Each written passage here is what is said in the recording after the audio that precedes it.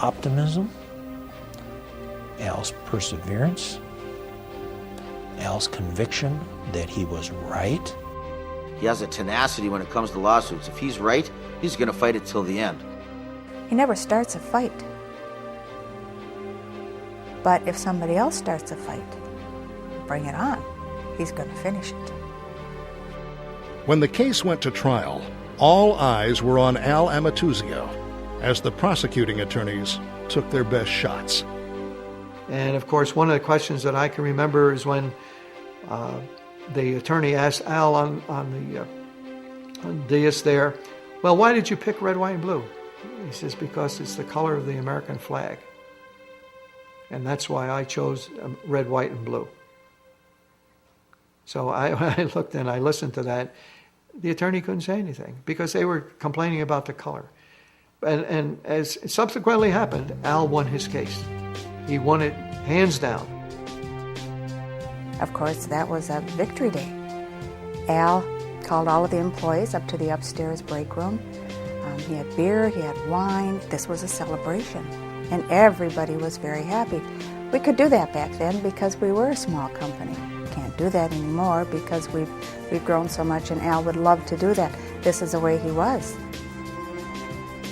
Unfettered at last, Al could concentrate on growing Amsoil from a one-product company into a whole new industry based on synthetic lubrication. As time went along, I thought, well, this oil lasts so long, we're going to have something else because it's a year before we can sell to those same people again. So he got the two-cycle oil. He came out with gear lubes, and then he came out with transmission fluids, and the natural progression through all of the lubricants that could be used in vehicles. And they were into all kinds of ancillary things tied into lubrication.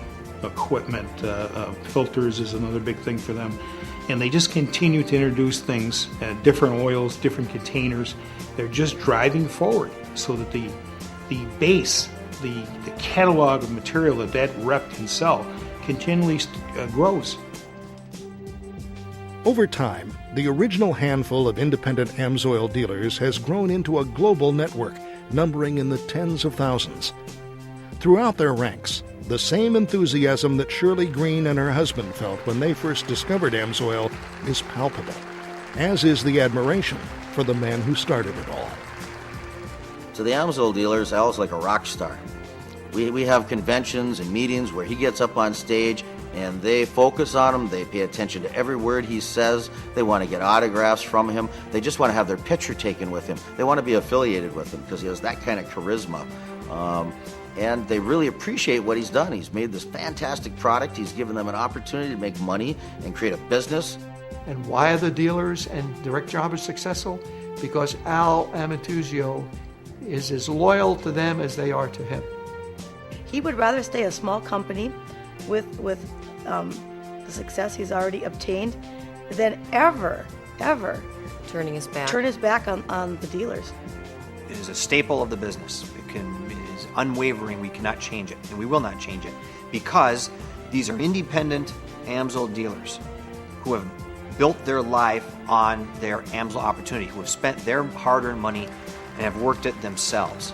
They're volunteers, and we recognize that, and it's their hard-working contribution, along with ours, that has helped Amsoil grow to what it is today.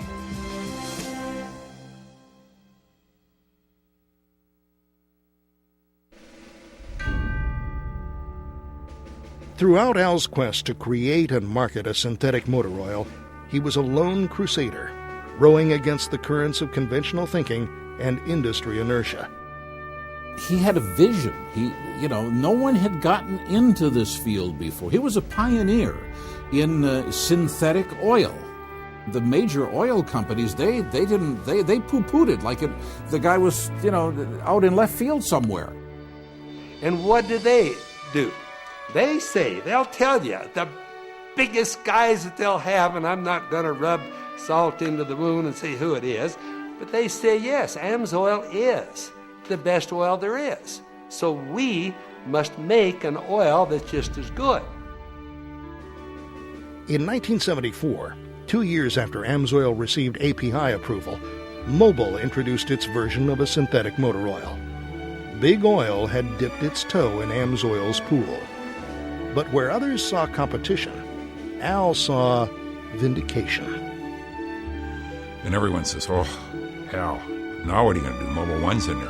Al's the best thing that happened to me. It totally gave credibility to everything Al was saying, because they were saying exactly the same thing that Al had been saying all along. I mean, word for word. Their first oil was a 25,000-mile oil. They backed off of that because I think they were afraid it would affect sales. It had nothing to do with the capability of the oil. They didn't want to make an oil that lasted that long because they wouldn't sell as much. Mobil is recently trying, I guess, to catch up with Al, or with Amsoil. They've introduced now a synthetic lubricant that they say is good for 15,000-mile drains. Well, Al has used Amsoil. Matter of fact, Lefty Ward, who was Al's research director for years, never changed the oil in his Ford Taurus. Changed the filter, yes, never changed the oil. Eventually, the floodgates opened as automobile manufacturers began to design engines based on the performance benefits of synthetic lubricants. Well, as demand began to develop, competition began to develop. And people like Castrol jumped into the business, BP jumped into the business, Shell jumped into the business, even Pennzoil jumped into the business. But what have they done? They've all copied Amsoil, all of them. Every synthetic oil that you see is partially copied from Amsoil. And I challenge any of those other synthetic lubricants companies to come out here and compete on the same level as Al Amatuzio. Can't do it. Can't do it. His technology is too good. He is too far entrenched in his business. And anybody who can survive more than 30 years in a business like this in synthetic lubricants and continually grow every year, believe me, that is a success story. Al's relentless pursuit of synthetic technology has firmly established Amsoil at the forefront of the lubrication industry. His story is testimony to the power of imagination, and it offers a glimpse inside the mind of a man with a rare gift. Al was a man of insight. He was someone, of the ages. You don't find too many people coming along like that at any one time. Not that he was some great scientist, but he had a dream. Many people, including me, were exposed to synthetics in the military and didn't have the foresight for what they could be turned into in a commercial market. Al did, and Al came with that idea, and he went into being an innovator. An innovator is distinguished, I think, from an inventor by reason of the innovator being the person who is taking something unique and he's doing something very practical with it. He's making it work in the marketplace. Now we flash forward to 40-some years. The major oil companies, they all have synthetic oil. Tell me a company that doesn't make synthetic anymore. Just show them to me. And it's gone beyond that. A lot of the high-performance cars, the BMWs, the Mercedes even, are now recommending only synthetic lubricants be used in their vehicle. And the reason is that they are taking advantage of the engineering properties of that fluid. And the biggest name that is well known throughout the industry and world is Amsoil. And you have to be a complete shooch, as they say in Italian, to not understand that Amsoil is Amatuzio. That's part of what made the guy an icon. He changed the industry.